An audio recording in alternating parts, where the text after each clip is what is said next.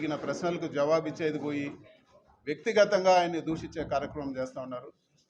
ఈరోజు జగన్మోహన్ రెడ్డి గారు మాట్లాడిన దాంట్లో ఏమాత్రం ఎక్కడ కూడా ఆయన ఎవరిని తప్పు మాట్లాడలేదు. ఉదాహరణకు ఢిల్లీలో పార్లమెంటు కట్టిన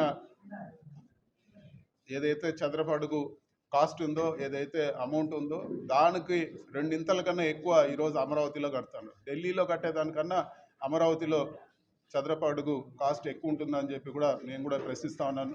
ఇలాంటివి ప్రశ్నించి ప్రజల డబ్బు వృధాగా వేస్ట్ చేయొద్దని చెప్పి అక్కడ రైతులకు, పేద రైతులు ఎవరైతే ఉన్నారో ఇన్ని రోజులుగా వాళ్ళకు ప్లాట్లు డెవలప్ చేసి ఇస్తా అన్నారు అమరావతిలో, వాళ్లకు ప్లాట్లు ఇవ్వలేదని చెప్పి ఈరోజు ప్రశ్నిస్తే, వాళ్ళకి న్యాయం జరగలేదని ప్రశ్నిస్తే ఈరోజు ఆయన్ని వ్యక్తిగతంగా తిట్టే పరిస్థితులు రాష్ట్రంలో చూస్తూ ఉన్నాము. ఈ మధ్యలోనే టీవీలో కూడా చూసాము, ఒక రైతు తన బాధ అంతా కూడా వెలిబుచ్చుకొని ఎంతో బాధతో మాట్లాడి హార్ట్ అటాక్ వచ్చి చనిపోవడం జరిగింది. ఇది చాలామంది పరిస్థితి ఉంది. అక్కడ రైతులకు న్యాయం చేయాలా, అక్కడ అమరావతిలో భూములు ఇచ్చిన రైతులందరూ కూడా ఫస్ట్ వాళ్ళకి న్యాయం చేయాలని చెప్పి కూడా వైఎస్ఆర్ కాంగ్రెస్ పార్టీ డిమాండ్ చేస్తాం. సో ఈరోజు రాయలసీమ ప్రయోజనాలు చంద్రబాబు గారి వ్యక్తిగత ప్రయోజనాల కోసం వదిలేయడం జరిగింది. రాయలసీమ ప్రజలు ఎట్ట పోయినా పర్వాలేదు, చంద్రబాబు నాయుడు గారి వ్యక్తిగత ప్రయోజనాలే ముఖ్యం అన్నట్టుగా ఈరోజు మాట్లాడుతూ ఉన్నారు. ఈరోజు నీళ్లు లేదే రాయలసీమ ప్రజలు తీవ్ర ఇబ్బందులు గురయ్యే పరిస్థితి ఉంది.